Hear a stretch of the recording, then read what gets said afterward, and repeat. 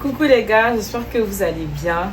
Nous, Ça va. alors je sais que ça fait super longtemps qu'on s'était pas vu sur cette chaîne, mais je pense que ça sert à rien de revenir encore expliquer pourquoi j'étais pas là. Du coup, aujourd'hui, on va pas trop tarder dans l'intro et tout. On se retrouve aujourd'hui pour une nouvelle vidéo de dilemme avec ma cousine que vous connaissez si vous suivez mes vidéos la plupart du temps sur cette chaîne. Du coup, aujourd'hui, on se retrouve pour une vidéo sur les dilemmes. Si tu aimes les vibes un peu paranormales, les histoires fantomatiques de la Côte d'Ivoire, tu es sur la bonne vidéo.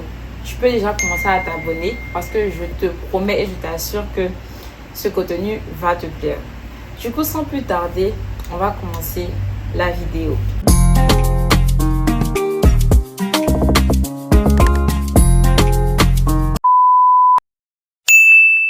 En gros, on va faire des dilemmes.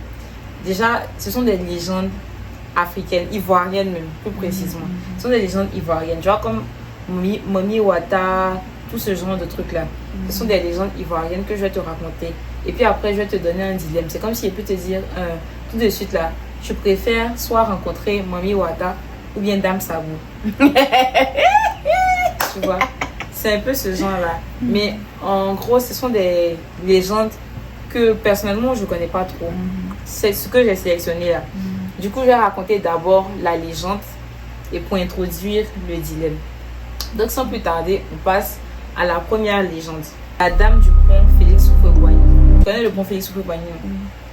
C'est où ça? À Treichville, là. Faut pas aller fort. Hein. À Treichville, c'est là-bas, je passe tout le temps pour aller au travail. Oui, on sait jamais. Ok. Depuis des années, les Abidjanais racontent qu'en pleine nuit, sur le pont Félix Houphouët-Boigny, le vieux pont qui relie Treichville au plateau, une femme habillée en blanc apparaît soudainement sur la route. C'est vrai, vrai. Ah, c'est vrai. Faut pas faire. C'est vrai. Comment ça, c'est vrai? Elle a une voix douce, presque triste, et te demande de la raccompagner à Yopougon ou Cocody. Toi, tu viens à Yopougon, non? Selon les versions des gens. Si tu acceptes, elle monte dans ta voiture, mais reste étrangement silencieuse durant le trajet. Arrivée à destination, elle disparaît sans ouvrir la portière. Tu retrouves parfois un vêtement mouillé ou des traces d'eau sur le siège arrière. Quand tu racontes ça aux anciens du quartier, ils te disent qu'elle est morte dans un accident sur ce pont il y a plusieurs années et qu'elle cherche toujours à rentrer chez elle. Mise en contexte. Il est 3h du matin. Tu rentres d'un lourd payard, un bon payard comme il se doit. Tu roules sur le pont Félix Houphouët-Boigny, ou bien peut-être tu es dans ton taxi, je sais pas. Fatigué, un coup, une femme apparaît devant ta voiture. Elle ne bouge pas, elle te fixe. Place au dilemme. Soit tu t'arrêtes, tu la laisses monter, sachant qu'on dit qu'elle suit les gens jusqu'à chez eux à la maison, ou bien tu continues en espérant que ta voiture ne finisse pas dans la lagune comme dans certaines histoires. Faut dire, choisis. Tu as peur des trucs comme ça. Regarde, sincèrement, moi je préfère ne pas m'arrêter. Tu voulais ne pas t'arrêter. Ouais, Et puis risquer un accident. Toi, même si on dit elle ne fait pas accident aux gens, toi, même tu as été jeté dans la lagune là. Tu préfères ne pas t'arrêter. Non, Dieu est grand. C'est vraiment, mais pas m'arrêter. Tu t'es arrêté. Mais en fait, elle t'a rien demandé en fait. Madalé, tu peux pas t'arrêter, tu peux pas monter dans ta voie. Est-ce que tu sais? Mais et si genre, bon, c'est un con, genre, je sais pas si tu vois, c'est comme si on te dit que tu dois la laisser monter. Je dois la laisser monter. Genre, si tu veux pas, peut-être si tu la laisses pas monter là, tu vas faire un accident en fait, parce que la plupart du temps, les esprits comme ça là, il paraît qu'ils font faire des accidents aux gens sur la route. Donc si tu la laisses pas monter, tu vas faire un accident. Mais en gros aussi, ce qui est bizarre, c'est qu'elle a arrêté au milieu de la route, elle t'a rien demandé, elle t'a pas parlé. Donc pourquoi toi tu as garé aussi pour la laisser monter? Non, c'est vraiment, mais elle est passée. Non, c'est peut-être qu'elle est m'évanouie au volant. Tu piques, homme. Yes, Seigneur. Dites-nous dans les commentaires, vous, qu'auriez-vous fait? Le village de Zoko.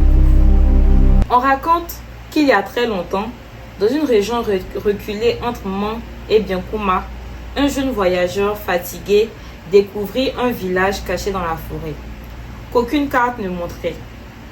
Ce village s'appelait Zoku. Là-bas, les gens étaient chaleureux. Les plats délicieux. Les enfants riaient du matin au soir. Il n'y avait... Elle a fermé la fenêtre, elle a peur. Il n'y avait ni maladie, ni guerre, ni pauvreté. Juste un paradis. Mais à la tombée de la nuit, les choses devenaient bizarres. Pas un bruit, pas un cri d'oiseau.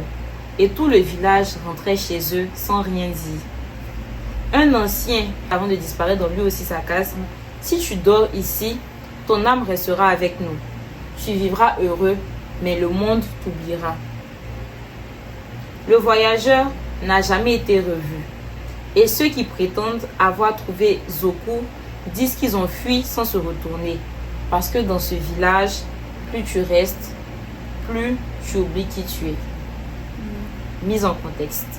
Tu es en randonnée dans l'ouest du pays quand tu tombes sur un vieux village magnifique, isolé. Les gens t'accueillent avec chaleur. Mais à la tombée de la nuit, un ancien t'approche. Ici, si tu dors, tu ne repars plus jamais. Dilemme. Tu restes et tu vis dans l'abondance sans douleur, mais tu es bloqué à jamais dans le village. Ou tu refuses, tu pars, mais on dit que ceux qui quittent Zoku vivent hantés pour toujours. Qu'est-ce que tu fais? Quand ils vivent hantés, la gens, peut-être que je vais avoir des esprits. Quand quelqu'un est hanté, il voit des esprits. Tu vois, comme dans les films d'horreur, tu vois les trucs te fatiguent. Tu vois certains esprits des visages. C'est-à-dire que tu restes là-bas, loin de tes parents, loin de ta famille. Ta famille, si tu as des enfants, ta femme, tout ça, et ton mari plutôt, tout ça. Et puis, à ma place, qu'aurait fait? Vrai là, vous parlez fort. Vrai là. Je pense que moi je vais me retourner. Et puis, aller dans la cellule de première prière, aller voir une imam, me donner la nurserie pour que tout ça la pâte. Sinon, vraiment, comment ça, c'est trop difficile. C'est pas pour dire que tu ne vis plus, tu vis, tu es là, mais loin de ta famille, loin de tes proches. Et puis toi-même, au fur et à mesure, tu oublies ton existence. Mais tu vas vivre heureuse. L'argent, tous les jolis garçons du village seront fonds de toi. C'est pas grave. Toute la nourriture que tu veux, la richesse, la princesse du village. Tes parents, de toute façon, je vais mourir. Est-ce que c'est faux? À sa place, qu'aurait fait? Personnellement, vivre en aussi, c'est quelque chose d'inévitable. Imagine, genre, tu es dans une vie, peut-être on est assise comme ça en train de faire la vidéo et tout. Et puis tu vois un monsieur qui est là, il sourit. Non, faut pas faire commencer à voir ça. Ici dans mon esprit, même hier, commencer à voir ça ici. Tu vois un monsieur qui a arrêté, il sourit. C'est toi ce qui le voit. Ah, tu dors, tu rêves, tu te réveilles, il a ouvert la fenêtre, sa tête a arrêté là, il te regarde comme ça. Ah, tu es tout monté, tu vois les gens du village là, dans la vie, personne d'autre ne le voit. Du coup, tu choisis de revenir à tes parents, mais vivre hanté. Espérons qu'un jour ça me laisse. Espérons qu'un jour là-dedans, tu préfères vivre hanté. Si, les deux même rien ne m'arrange. Rien ne t'arrange. Non, rien ne m'arrange. Vraiment. On choisit vivre dans le village là-bas. Toi, tu choisis quoi? Toi, tu as choisi pour toi, non? Et toi? Est-ce que tu as choisi pour toi? J'ai choisi. Tu choisis de venir en ville? J'ai choisi rien, pardon. Faut choisir, ma chérie. J'ai choisi de venir en ville. Mais toi, tu choisis quoi? Moi, en tout cas, comme il n'aime pas faire mes choses, c'est là, facilement me donner là. Et c'est qu'elle allait faire ça. Et l'enfant est là, aussi là. Donc, tu seras pas seule. Nous, on sera là-bas. Même si lui veut revenir aussi là. Sinon, là, nous devons rester là-bas, c'est pas mieux. C'est mieux. Nous devons rester là-bas. En tout cas, si je suis avec. Parce que je sais qu'il ne fait pas mes choses seule. Je sais que forcément, soit il serait toi ou bien l'enfant de la tête. Ah bien. Dans le village de Zoku. La femme crocodile du Bondama. Franchement, ça m'a fait rire parce que ça parle de deux cousines. Par coïncidence. Tu as rappelé de moi la nuit là-bas. La femme crocodile du Bondama. On raconte qu'au bord du Bondama, dans un petit village de pêcheurs, vivait une jeune femme douce, belle. Ça, c'est moi. Respectée. Ce que personne ne savait, c'est qu'elle portait en elle un lourd héritage. Elle était née d'une lignée de gardiens mystiques du fleuve. À peine à la pleine lune, elle se transformait en crocodile sacré pour protéger les eaux contre les esprits impurs et les humains mal intentionnés. Un jour, sa cousine curieuse la suivit secrètement et la vit plonger dans le fleuve, disparaître dans l'eau trouble, avant qu'un immense crocodile blanc ne réapparaisse. Quand elle revint sur la berge, sous la forme humaine, elle était en larmes. « Je t'en supplie, ne dis rien, sinon les anciens me feront disparaître pour toujours. » Mise en contexte. Depuis quelque temps, tu soupçonnes que ta cousine cache quelque chose. Un jour, tu la suis discrètement jusqu'au fleuve Bandama. Là, tu la vois plonger et se transformer en crocodile. Elle revient en pleurant. « Je suis la gardienne du fleuve. » Ne dis rien. Dilemme. Tu gardes ton secret et tu vis dans la peur qu'on te soupçonne, ou tu la dénonces au chef du village et on te promet richesse, honneur et tout ce qui va avec. Qu'est-ce que tu fais? Je préfère ne pas dire. Tu préfères ne pas dire. Ta cousine s'est transformée en crocodile blanc la nuit pour rentrer dans l'eau. Et dit en quelque sorte, c'est un génie. Ah non, pas sur toi. Ah, je l'ai dit.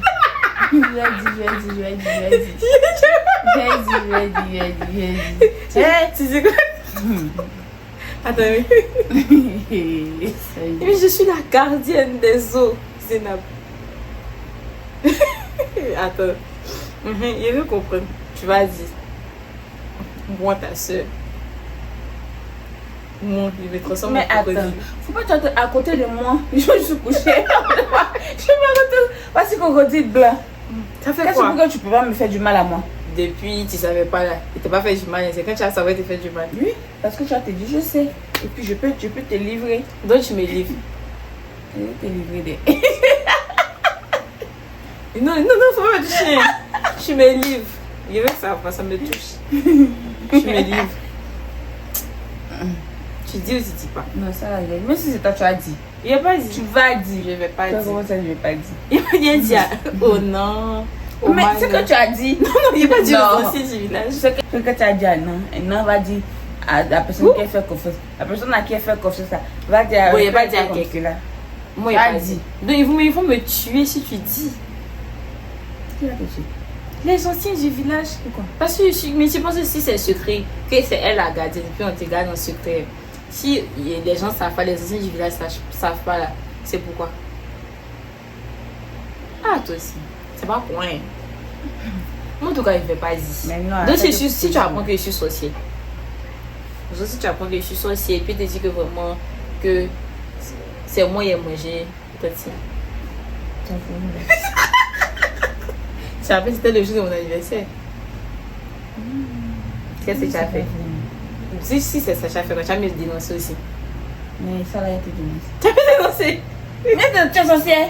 Mais si tu peux prier pour moi. Toi, tu es folle. Il a dit là, hein, tout le monde va prier pour toi. Non, là, ça c'est ma soeur. Là, ça va quitter dans ton Donc, corps. tu as me dénoncé. Tu t'es dénoncé. Moi, et puis je dis plus, mais c'est encore. Non. Je pense que moi-même, il était toi ici. Parce que la personne qui prie le plus dans la vie. C'est quel regarde ça? Le masque d'un sacré. Tu es de passage dans un village perché sur les montagnes de l'ouest. Là, un vieil homme t'invite dans sa case et te montre un ancien masque d'un accroché sur le mur. Il te dit, ce masque ne doit pas être porté par quelqu'un d'extérieur. Mais si tu dors avec dans ta pièce, tu verras ce que personne d'autre ne peut voir. Les secrets, les esprits, les vérités cachées du monde. Intrigué, tu acceptes. La première nuit, tu rêves d'un esprit qui t'observe. La deuxième nuit, il parle, le masque. La troisième nuit, il essaye d'entrer dans ton corps. Et chaque fois que tu veux t'en débarrasser, le masque réapparaît, comme s'il t'avait choisi. Dilemme. Tu continues à dormir avec le masque espérant changer ta vie, gagner du pouvoir et de la sagesse, ou tu t'en débarrasses au risque de perdre ce que tu as déjà gagné comme pouvoir, comme richesse, comme, je sais pas, bienfait du monde. Qu'est-ce que tu fais? Déjà que tu sais même, dans l'histoire, on m'a dit que tu veux t'en débarrasser, même il te suit. Donc qu'est-ce que tu fais? Je vis avec. Tu arrives avec. La mort ou la gloire, vas-y, la mort ou la gloire. Sachant que le masque, il a voulu rentrer dans ton corps. Toi, je n'écoute pas, ils sont pas m'énerver. J'écoute. Même tu fais ton visage comme si c'était Non, ça. arrête, je vis. Tu vis avec. Ça sera pas facile. Toi, c'est pas sorcier, pas ça. Non. Chi, moi, je peux pas. Ça, c'est juste, tu as dit ton âme masque qui a rentré dans ton Non, corps. je n'ai pas bien compris. Tu as bien compris, c'est ce Non. que tu es là, je suis en train de dire ça. Et puis tu as dormi la nuit là, non? Moi, parce que c'est toi qui appelles le sorcier. Tu me fais peur. C'est toi qui appelles le. Je peux pas. Mais masque, on dit le masque est déjà collé à toi. Je suis obligée de vivre avec. Oui, parce que où tu vas, il te suit. Donc voilà. Tu veux pas, tu vas vivre avec. Tu veux pas. Moi aussi, je pense que dans ce cas de figure-là, franchement, il n'y a pas vraiment de choix à faire. Mais tu es obligé. À part si peut-être tu allais voir les imams pour te libérer de ça, parce que c'est chic. C'est ça, non? C'est chic. C'est pas permis par la religion, c'est une association en fait. Donc, peut-être aller te faire délivrer et tout, mais sinon, tu as fui pour aller où? Donc, dernière histoire, dernier dilemme. Le génie du Carrefour. Un soir, sur la route de Yamoussoukro, un jeune homme roule tard dans la nuit. Il approche d'un carrefour vide, sans lumière, en plein milieu de l'intersection. Un homme torse nu, les yeux complètement blancs, se dresse. Il ne dit rien. Il sourit seulement. Quand le jeune homme s'arrête, le mystérieux inconnu lui dit: « Je suis le génie du carrefour. Je peux réaliser ton rêve et ton vœu le plus cher. Tu veux la richesse, le succès absolu, l'amour éternel, je te le donne. Mais en échange, tu dois me promettre un silence absolu. Si un jour tu parles de notre rencontre, ton âme me reviendra. » Le garçon accepte et sa vie change du jour au lendemain. Tout lui réussit jusqu'au jour où il raconte son histoire à un ami pour se vanter. Depuis ce jour-là, plus personne ne l'a revu. Dilemme. Tu acceptes le pacte en sachant que tu devras porter un lourd secret jusqu'à la mort. Ou tu refuses et tu perds une chance unique de changer ton destin. Qu'est-ce que tu fais? J'accepte. Tu acceptes le pacte. Si tu dis à quelqu'un là, ton âme est pour lui en même temps. Dans ce cas-là, je ne vais pas dire à quelqu'un. Je ne pense pas que je vais parler. C'est pour ça que tu as parlé. On dirait que tu gardes les secrets. Je sais garder les secrets. Waouh. Dites avec mon waouh, s'il vous plaît. Waouh. Toi, tu gardes secret. Non, est-ce que tu pourras garder le secret? Ah, Zena, tu es devenue riche comme ça. Comment tu as fait? C'est rien, c'est Dieu. Moi-même, moi, tu n'as pas me dit. Tu pourras peut-être, ce que toi, tu pourras pas me dire. Non, ça là. Et puis moi, est parti. Tu es sûr que tu vas rien dire à quelqu'un. Ça sera dans ma gorge, mais Tu n'as pas dit. je ne pense pas que ça sorti. Non, moi, il refuse. Il refuse. Non. Non, en fait, je sais garder. Toi, toi, tu sais pas garder. Je sais garder Tu secret. sais pas garder. Je sais garder secret. Ton truc que tu m'as dit là, il a dit à quelqu'un. Il n'a pas dit à quelqu'un. Moi, il pense que il sait garder le secret. Mais si c'est les secrets des autres, je sais garder. Mais moi-même, ma chose là, c'est trop lourd. En fait, moi-même, c'est ce que tu n'as pas dit, ce que tu n'as pas fait là. C'est ça que j'ai envie de faire. C'est comme quand ta maman crie sur toi, puis tu dois pas rire là. Il n'y a rien qui fait rien. Mais tu as envie de rire. On dirait la sorcellerie. Donc ça là, non, ça trop, mais il n'y a pas dit à quelqu'un. Moi, mais dès que quelque chose m'arrive, j'essaie de mélanger dans ma tête. Comment il a expliqué même. Comment Le scénario. Comment il vient ça dit dès qu'il c'est ça, me béret. Zénab, était là, Yam Soko, j'ai vu un gars, yeux blancs. Non. Personnellement, je pense que je vais refuser, c'est bon. C'est pas grave. Je vais refuser pour aller bien expliquer qu'il m'a dit si. Non, voilà, franchement, ça peut paraître bête, mais non, c'est trop compliqué. Pour elle, c'est compliqué pour elle parce que elle ne sait pas.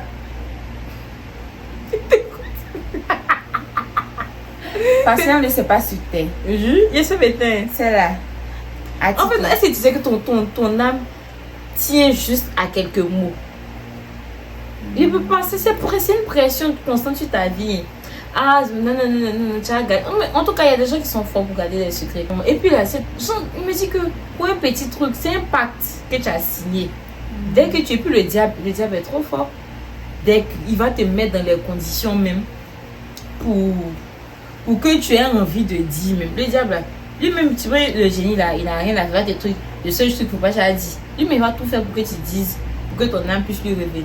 C'est le marketing, bébé. Mais comme toi, tu dis ta bouche s'est fermée là. D'accord. Je ne pense pas. Tu penses pas que tu as tellement posé? Tu vas tellement posé. Ah.